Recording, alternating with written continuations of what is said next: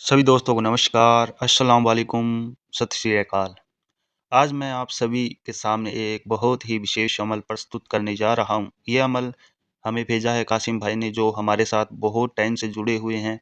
मैं उन्हीं की ज़ुबानी ये अमल आपके सामने प्रस्तुत कर रहा हूँ।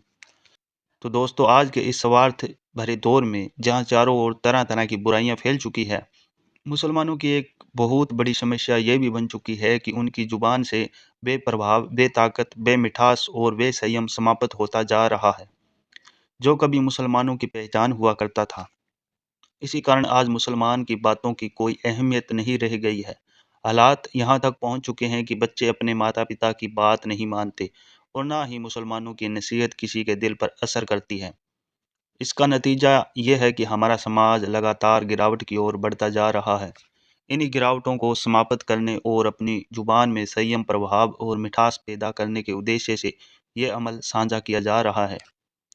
जो व्यक्ति इस अमल को नियमित रूप से करेगा, अल्लाह ताला उसकी जुबान में ऐसा प्रभाव पैदा कर देंगे कि वे यदि बहुत साधारण शब्दों में भी कोई बात कहेगा तो वे सीधे लोगों के दिलों तक पहुंचेगी। लोग उसकी बातों से प्रभावित होंगे, उसकी ओर आकर्षित होंगे और उसे समान व पहचान प्राप्त होगी।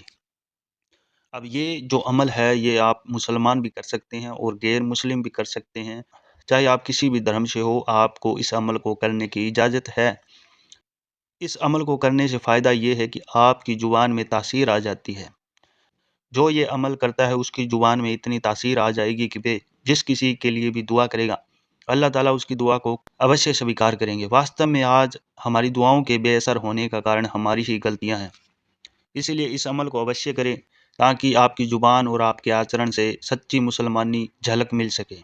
इस अमल में कोई कठिनाई नहीं है, बस शरीयत के बनाए गए नियमों का पालन करें और हर इशा या फजर की नमाज के बाद जो कलाम आपको स्क्रीन पे नज़र आ रहे हैं, इसको आपने 101 बार पढ़ना है, यानी एक तस्बीह पढ़ना है।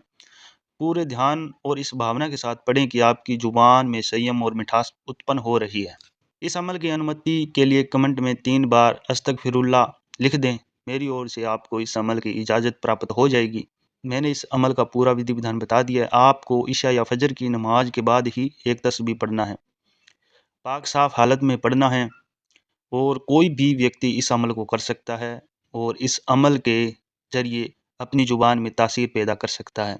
तो आज के लिए इतना ही, फिर मिलते हैं नई वीडियो में, तब तक के लिए नमस्कार।